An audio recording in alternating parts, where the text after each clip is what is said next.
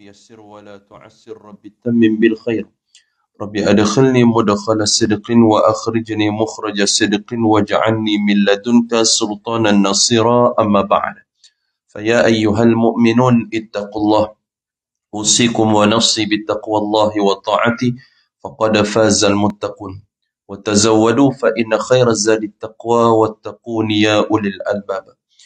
Sidang jemaah muslimin muslimat mudah-mudahan dirahmati oleh Allah Ta'ala. Alhamdulillah.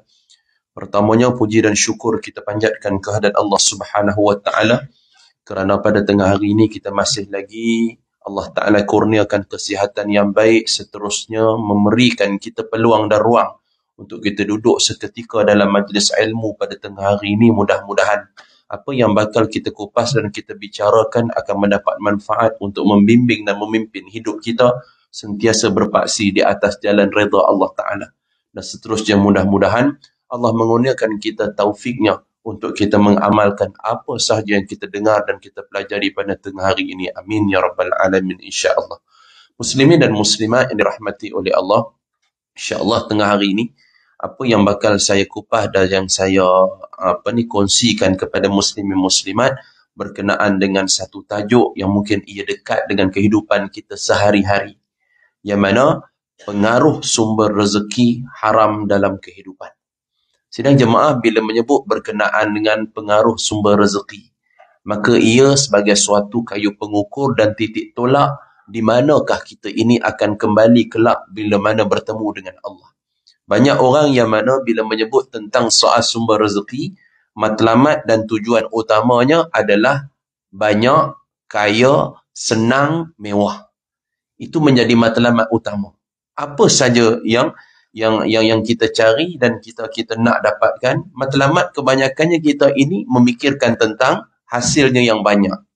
Kemudian kemewahan, kesenangan dan juga kekayaan, kemegahan. Itu yang diburu. Sedangkan sidang jemaah yang dirahmati oleh Allah Subhanahu Wa Ta'ala sekalian, kalau kita melihat di dalam agama, kita diperintahkan untuk mencari yang namanya rezeki yang disebut sebagai berkah. Rezeki yang berkah. Sebab itu kalau kita tengok dalam satu hadis yang diriwayatkan oleh Imam At-Tirmizi, bagaimana baginda Nabi SAW ada mengajarkan kepada kita dan menitipkan kita satu doa yang kita perlu amalkan. Dalam setiap salat kita, minta kepada Allah supaya Allah Ta'ala mencukupkan kita dengan rezeki yang halal. Mencukupkan kita dengan rezeki yang halal. Doa yang mungkin tuan-tuan pun biasa amal dan biasa dengar. Doa yang berbunyi, Allahumma kfini bihalalika an haramik wa aghnini bifadlika amman siwak. Ini doa yang biasa kita dengar. Mungkin saya kira kita pun dah amalkan pun doa ni. Cuma di sebalik doa tu kalau kita lihat, Nabi SAW meninggalkan kita suatu doa yang boleh kita hayati dan kita amati dalam cara untuk kita mencari rezeki. Apa yang kita mohon kepada Allah Subhanahu Wa Ta'ala, wahai Allah, wahai Allah, cukupkanlah aku dengan rezeki yang halal dan jauhkanlah aku daripada sebarang bentuk rezeki yang haram, dan cukupkanlah aku, wahai Allah, dengan kurniaanmu dari bergantung selain daripadamu. Maksudnya kita harap mudah-mudahan apa yang kita cari, yang kita perolehi itu, semua itu terhindar dan terhalang daripada perkara-perkara yang Allah Ta'ala murka, dengan arti kata rezeki yang haram. Sebab itu kalau kita tengok sidang jemaah, bagaimana yang disebutkan rezeki yang halal itu, dia biarkan sedikit, tetapi apa yang kita nak, ia merujuk kepada barakah. Sebab itu kalau kita rujuk di dalam apa yang pernah disebutkan di dalam Majmu' Fatawa. Majmu' Fatawa karya Al-Imam Ibn Taymiyah. Sidang jemaah, apa yang disebutkan oleh Abul Abbas Ahmad bin Abdul Halim bin Taymiyah Al-Harrani. Beliau menyebutkan kepada kita, wal qalilu minal halal yubarik fihi wal haramul kathiru yadhhabu wa yamhaquhu Allah Ta'ala. Sedikit yang kita perolehi dari yang halal itu lebih membawa barakah di dalamnya, itu lebih utama berbanding dengan yang haram, yang jumlahnya kalaupun banyak, tetapi ia tetap cepat akan lenyap dan hilang, dan pasti Allah Ta'ala akan menghancurkan rezeki itu dan diri kamu yang memperolehi rezeki yang haram itu.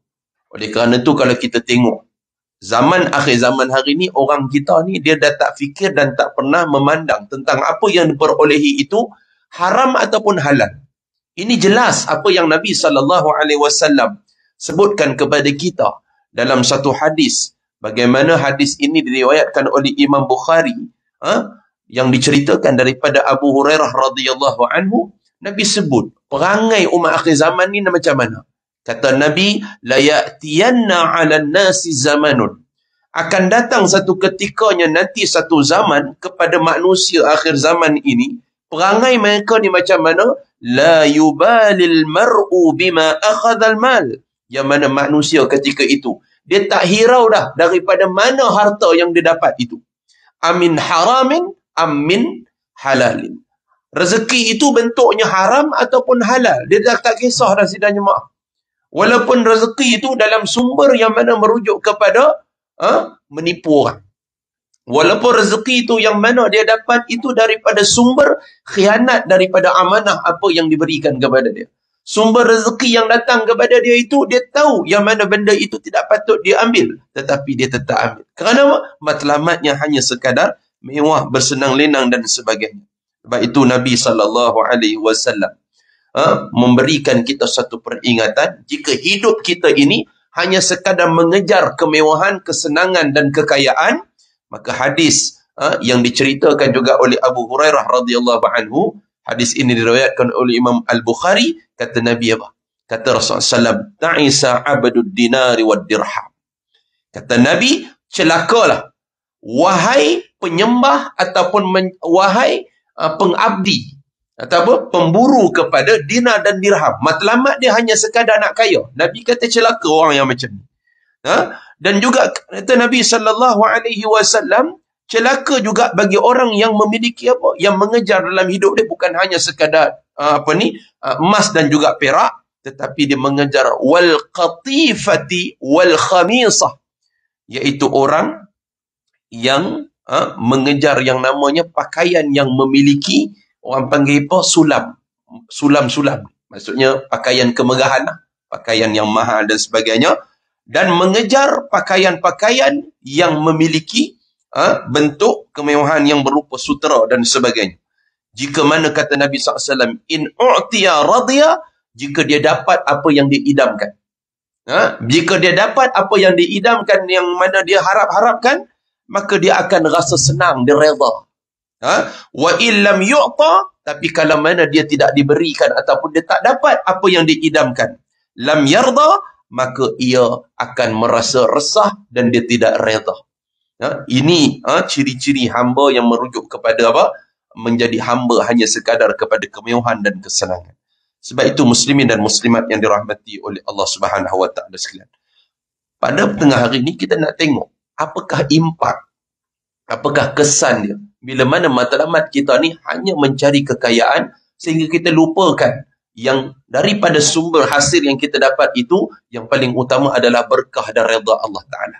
Jika mana kita ini rasa selesa dan rasa selamat, ataupun kita rasa bahagia dengan duit kita yang banyak, dengan kemegahan yang kita ada, kemewahan yang kita kecapi pada hari ini, jika mana kemewahan itu bukan datang daripada sumber yang Allah Ta'ala redha, ini di antara kesan-kesan dan impak dia. Apa yang akan berlaku dalam kehidupan kita?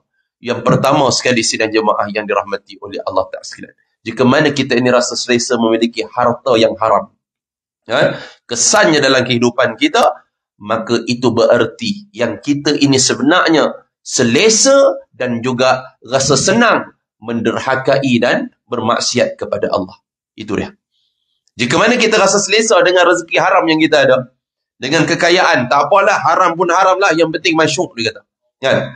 Dia jadi sampai tahap macam tu, sedang jemaah kan. Tak apa, dia kata kan. Biar pergi orang nak kata apa pun mengaku, dia kata kan. Yang penting kau ada, dia kata macam tu. Lebih kurang macam tu lah istilah orang macam hari ni, sedang jemaah kan. Jangan banyaklah nak kata itu haram, ini haram. Yang penting aku ni kaya. Hang tu apa yang ada? Dia nak jadi macam tu.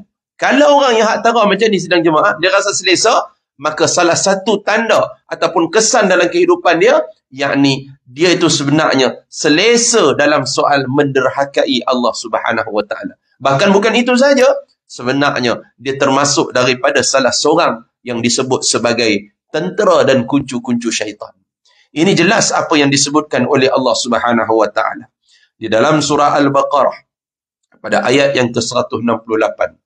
Allah Ta'ala berfirman, A'udzubillahi minasyaitanir rajim. Ya ayyuhan nasu kulu mimma fil ardi halalan tayyiban wa la tattabi'u khutuwati syaitan innahu lakum aduwwun mubin. Kata Allah, wahai sekalian manusia, makanlah kamu apa yang ada di atas muka bumi Allah Ta'ala ini.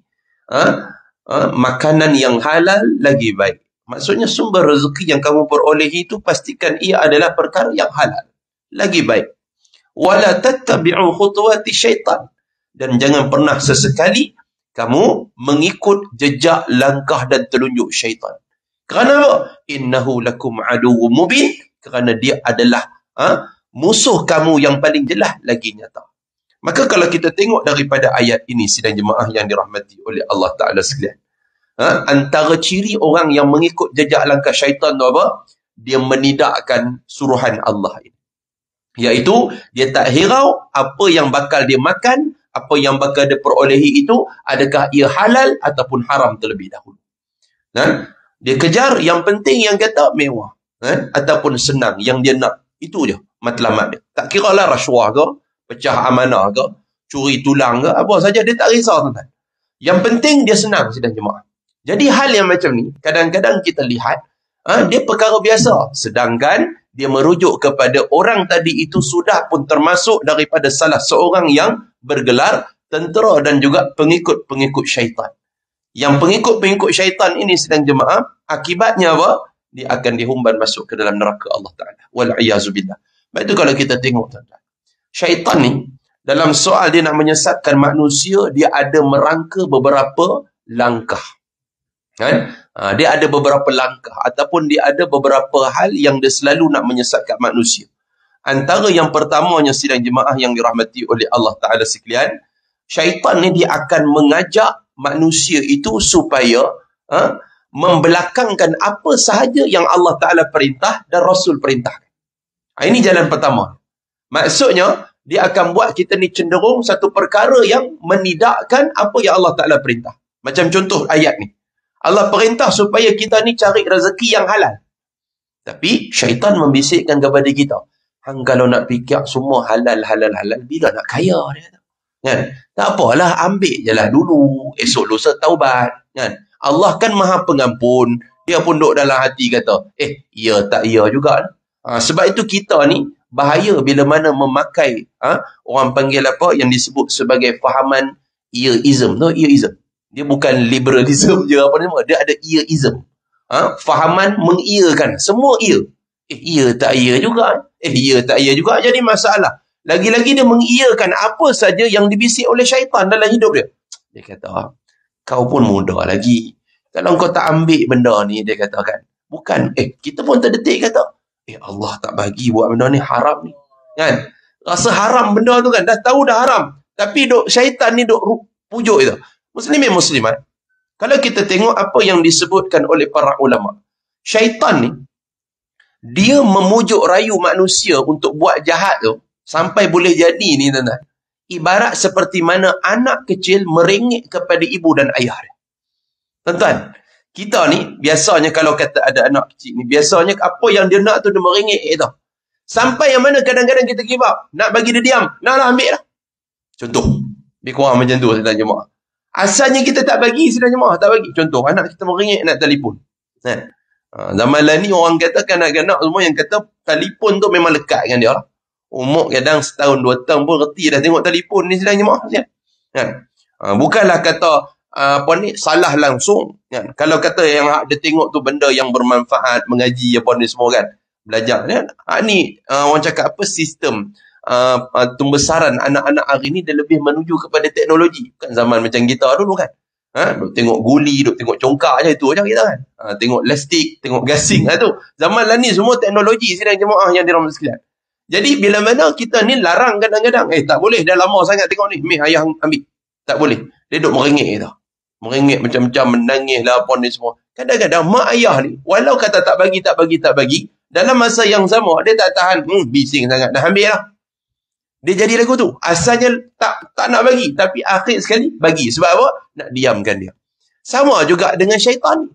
Dia dalam soal memujuk rayu manusia ni, awal-awal kadang-kadang kita kuat tu. Tak boleh ambil. Sekali lagi dia termenung. Syaitan duduk bisik lagi. Kata, itulah, aku tak suruh. Hang termenung buat apa kan? Dah, pergi ambil. Benda tu pun memanglah kata haram. Dia pun tahu benda tu haram ni, syaitan ni. Kan? Tapi nanti taubat, boleh. Allah Maha Pengampun. Dia pun dah terdetik. Ya juga. Tak apalah. Pejam sebelah mata, ambil je lah. Nampak tuan-tuan jemaah? Ni syaitan punya licik. Dia akan ajak supaya kita ni apa? Membelakangkan apa yang Allah Ta'ala perintahkan dalam hidup dan apa yang Nabi SAW perintahkan kepada kita. Yang kedua, dia akan ajak kita kepada apa? Dia akan ajak kita supaya buat dosa kecil dulu. Ini cara muslihat syaitan untuk kita ni masuk dalam perangkap dia ni. Baik itu kalau kita tengok. Ibnul Jauzi dia ada karang satu kitab yang berjudul Talbisul Iblis. Saya kira tuan-tuan pun biasa dengar kitab ni. Iaitu belitan dan muslihat perangkap iblis dalam kehidupan manusia. Kalau kita baca kitab tu, kita tengok yang banyak disesatkan juga adalah dari kalangan para agamawan.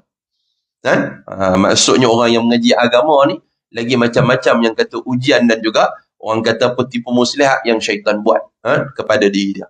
Dia akan ajak kita ni buat apa? Dosa kecil. Ketika itulah dia bisik, dia kata, alah tak apa, benda sikit je. Yang atasan lagi makan banyak. Contoh kan. Bukan di sini kan. Tapi tempat lain kan.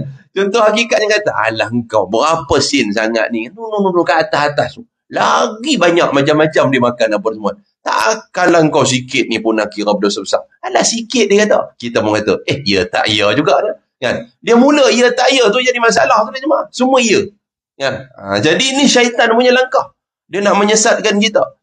Bahkan sidang jemaah yang dirahmati oleh Allah Ta'ala sekalian, ketika itu, syaitan ni kalau dia tak berjaya nak menyesatkan kita dalam soal dosa kecil, dia akan buat kita apa ni? Dia akan sibukkan kita dengan perkara-perkara yang mubah. Apa perkara-perkara mubah? Perkara yang asalnya tak dosa pun.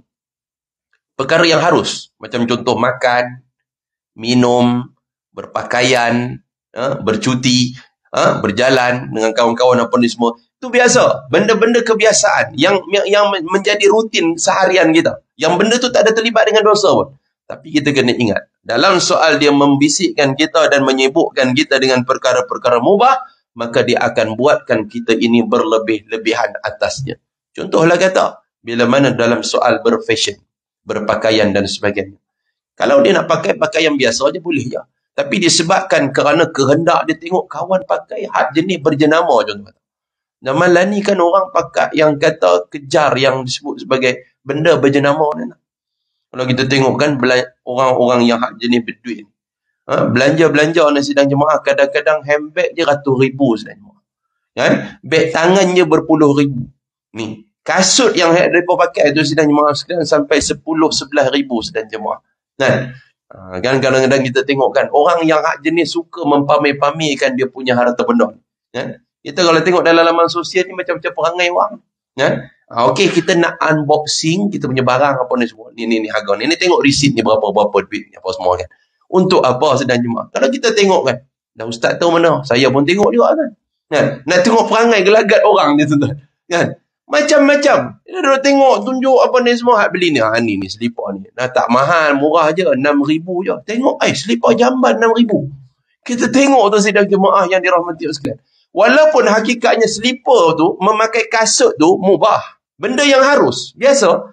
Tapi syaitan ni dia akan bisikkan kepada kita. Buat apa? Berlebih-lebihan dalam soal mubah ni. Jadi bila mana berlebih-lebihan, daripada sudut pendapatan dia mungkin dia tak mampu untuk dapatkan benda tadi. Jadi ketika itulah dia akan masuk dalam perangkap syaitan, dia akan cari sumber yang lebih, tak kira. Walaupun haram, maka bila mana ia mengiyakan kehendak nafsu, nak pakai pakaian yang bermewah-mewah, maka dia akan lakukan juga dosa. Mungkin dia akan mula khianat, pecah amanah dan sebagainya. Dia akan jadi lagu tu sidang jemaah. Sebab itu, kesan yang pertama, bila mana seseorang itu makan daripada hasil yang haram, maka dia termasuk daripada kuncu-kuncu syaitan. Dia dah masuk dalam perangkap syaitan dan dia sebenarnya selesa melakukan kederhakaan kepada Allah Subhanahu wa taala. Wal'iyazubillah. Yang kedua, kesan dia bila mana kita ni duk selalu makan daripada sumber dan hasil yang haram, maka dia akan membuatkan seseorang itu kurang rasa semangat untuk melakukan amal soleh. Ini dia tuan-tuan. Nah, bila mana kita ni bila buat amal soleh ni rasa tak semangat. Dia rasa tak berkenan sidang jemaah.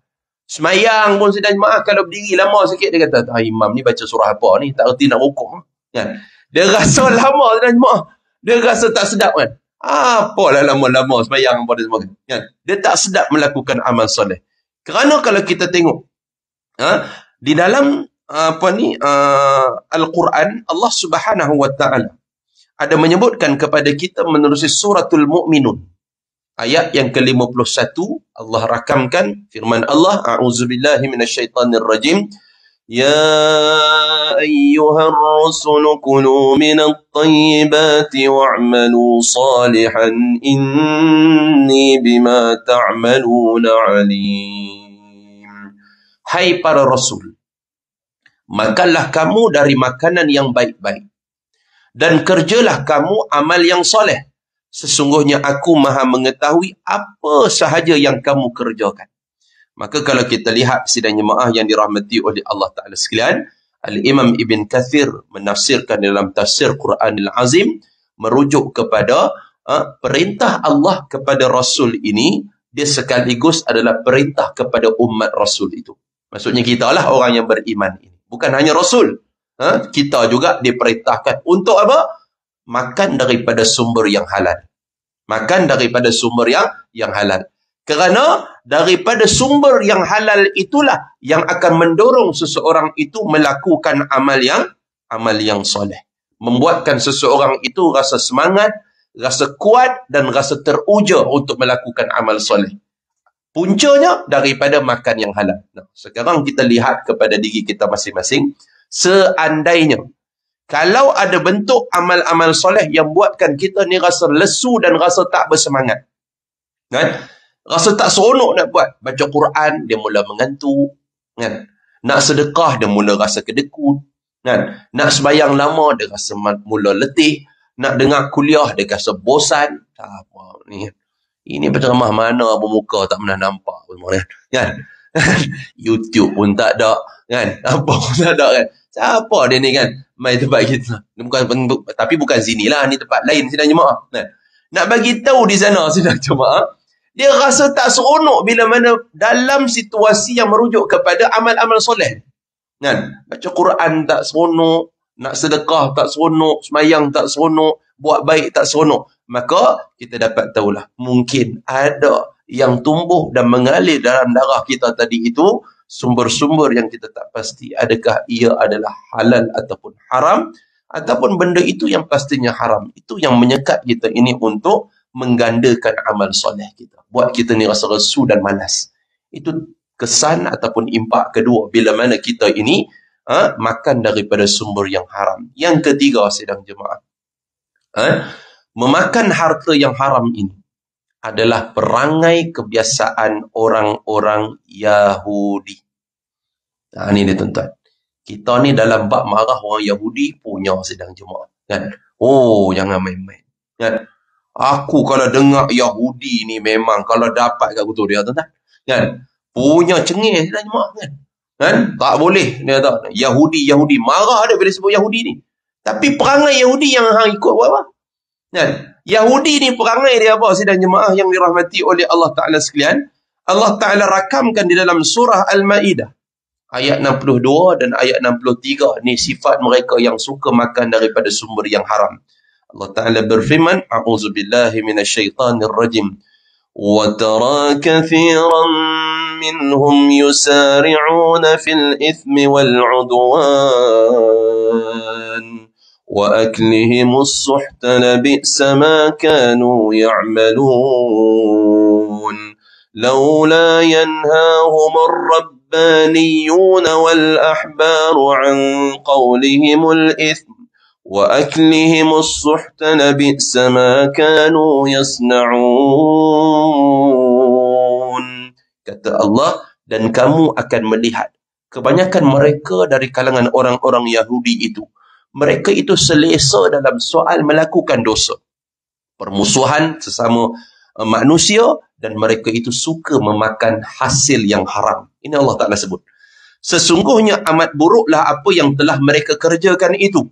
Mengapa orang-orang alim dari kalangan mereka, yakni dari kalangan pendeta dan rahib-rahib mereka, tidak melarang mereka mengucapkan perkataan bohong dan memakan harta yang haram? Sesungguhnya amat buruklah apa yang telah mereka kerjakan itu. Nak bagi tahu dekat kita, dekat sini sidang jemaah, bahawasanya orang Yahudi ni memang perangai mereka suka mengambil hak orang, suka makan harta yang haram. Lepas tu tak pelik lah kalau mana mereka ni nak merampas tanah-tanah orang Palestin. Kan? Kita kata mereka nak perompak lah, zalim lah. Mereka ni dan jemaah buat muka tembok lah. Kan? Macam mana tembok yang hak dia duk menarik, macam tu lah muka mereka. Orang katalah apa pun, hang ni perompak lah, hang ni penjajah lah, apa semua, dia buat tak reti lah. Kan? Sebab apa? Sebab inilah perangai mereka yang Allah Ta'ala rakamkan di dalam Al-Quran. Kan? Dalam Al-Quran. Sebab itu sidang jemaah, kita ni dalam soal yang kata memusuhi orang-orang Yahudi, biarlah memusuhinya dengan kadar yang sebenar. Kadang-kadang kita ni musuh dia daripada sudut fizikal, tapi perangai dan juga tindak tanduk dia kita buat dalam hidup ni, tuan-tuan. Ada jenis kategori orang kan, kita dah kata benda ni, hang ni buat benda ni haram pun semua, duk ambil harta orang apa semua, dia buat tak reti, biar pi lah kan, yang penting aku kaya kan, jangan nak banyak bunyi apa ni semua. Dia jadi lagu tu. Jadi antara impak yang ketiga di sana disebutkan dalam Al-Quran, orang itu sudah mengikut jejak langkah siapa? Ya, Yahudi. Yang keempat sidang jemaah yang dirahmati oleh Allah Subhanahu Wa Taala sekalian, orang yang makan daripada sumber yang haram, dirinya berhak dan tempat paling layak untuk dia balik adalah neraka Allah. Ini sidang jemaah. Orang yang suka makan daripada sumber yang haram ini, akhir sekali sidang jemaah, apa tempat kembali dia? Dia adalah orang yang paling layak kembali ke neraka Allah Subhanahu Wa Taala. Ini seperti mana yang disebutkan. Apa ni sidang jemaah?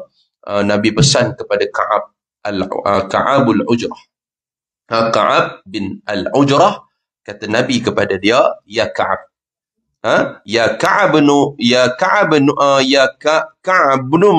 Ujrah, innahu la yazn. Kata Nabi, wahai Ka'ab bin Ujrah, innahu la yarbu. Sesungguhnya, kata Nabi sallallahu alaihi wasallam, lahmun nabata min suhtin illa kanatin naru awlabih. Sesungguhnya mana-mana bahagian tubuh badan, daging yang tumbuh dan berkembang ia daripada sesuatu sumber yang haram, maka ia berhak dibakar dalam api neraka Allah Ta'ala. Hadis riwayat Imam At-Tirmizi, yang mana sidang jemaah, ini yang patut kita khawatir dan kita takutkan. Jangan pernah kita ni terpalit dan juga kita ni duk ambil benda-benda yang haram dalam hidup kita ni. Berusahalah sebaik mungkin. Baik itu doa yang saya sebutkan pada awal permulaan tadi itu, jadikan amalan. Supaya kita ini Allah berikan dorongan dan kekuatan untuk berusaha sebaik mungkin dalam hidup kita ini memperolehi rezeki yang halal. Dan yang kelima, kesan daripada kita makan daripada rezeki yang haram ini, kata para ulama, dia menyulitkan untuk doa kita diperkenankan oleh Allah. Doa kita ini payah Allah Ta'ala nak perkenankan. Kerana apa? Kerana kalau kita lihat sidang jemaah yang dirahmati oleh Allah Ta'ala sekalian, bagaimana Nabi ceritakan kepada kita, thumma dhakara rajula yutilu safar asy'ath akhbara yamuddu yadayhi ila sama ya rab wa mat'amuhu haramun wa malbasuhu haramun wa ghudhiya bil haramun fa anna yustajabu lah. Kama qala Nabi SAW. Hadis ni riwayat Imam Muslim, hadis sahih. Hadis ni popular. Nabi ceritakan kepada kita, ada seorang laki-laki bagaimana dia ini dalam keadaan musafir. Pakaiannya pula penuh dengan debu. Kemudian dia mengangkat tangan ke langit, berdoa kepada Allah, menyeru-nyeru nama Allah. Ya Rab, Ya Rab.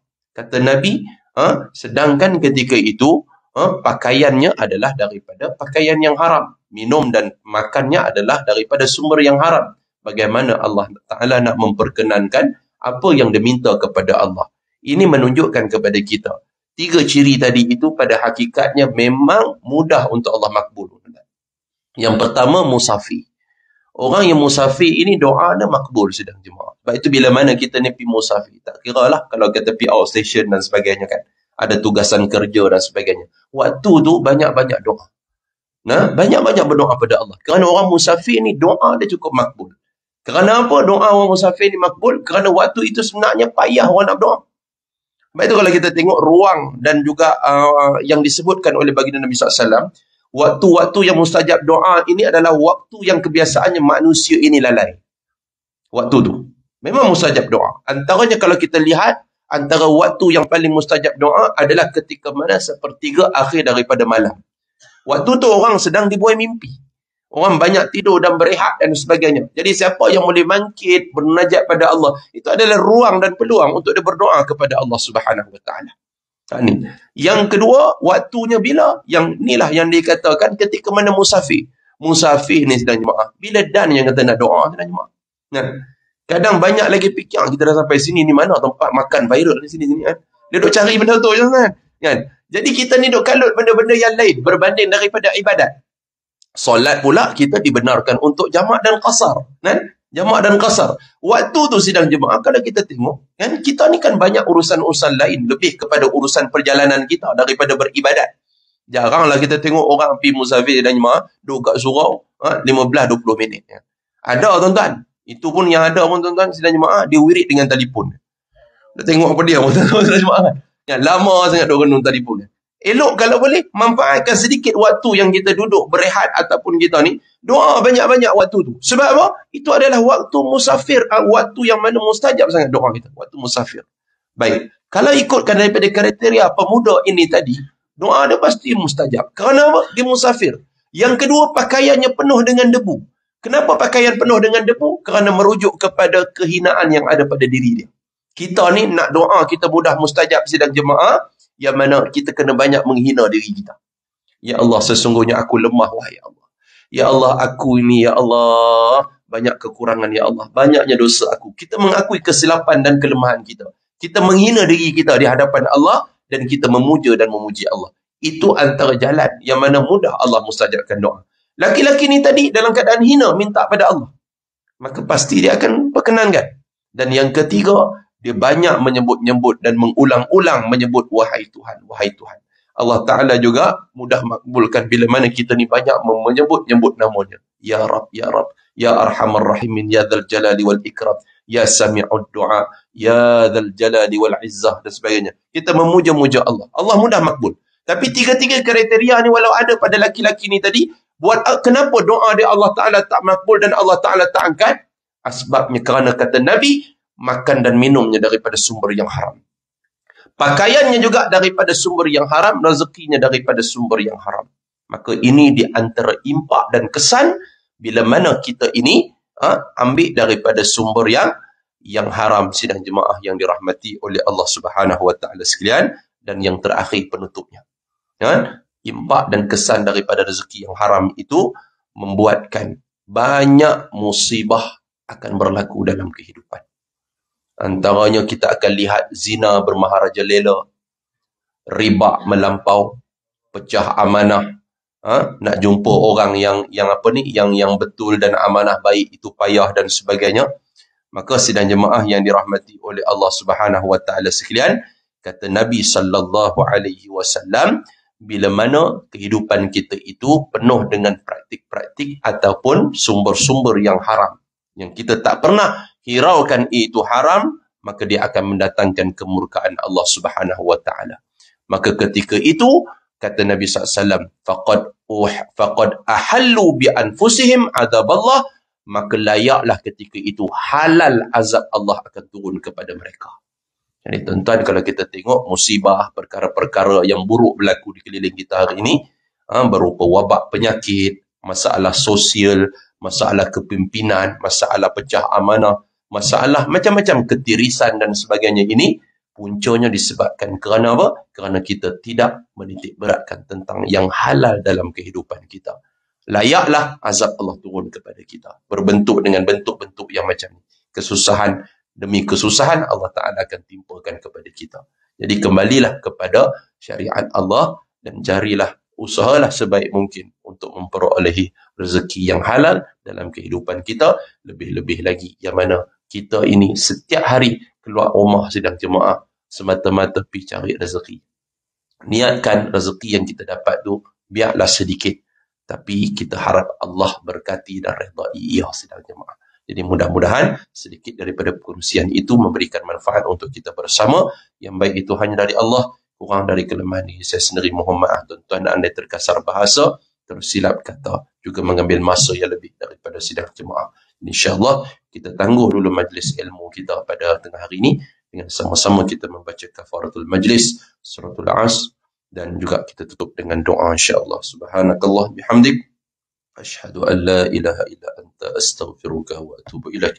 بسم الله الرحمن الرحيم. والعصر إن الإنسان لفي خسر إلا الذين آمنوا وعملوا الصالحات وتواصوا بالحق وتواصوا بالصبر.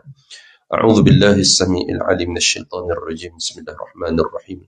الحمد لله رب العالمين والصلاة والسلام على أشرف الأنبياء والمرسلين وعلى آله وصحبه أجمعين. اللهم انفعنا بما علمتنا وعلمنا بما ينفعنا. ربنا زدنا علما. ربنا آتنا في الدنيا حسنة وفي الآخرة حسنة وقنا عذاب النار.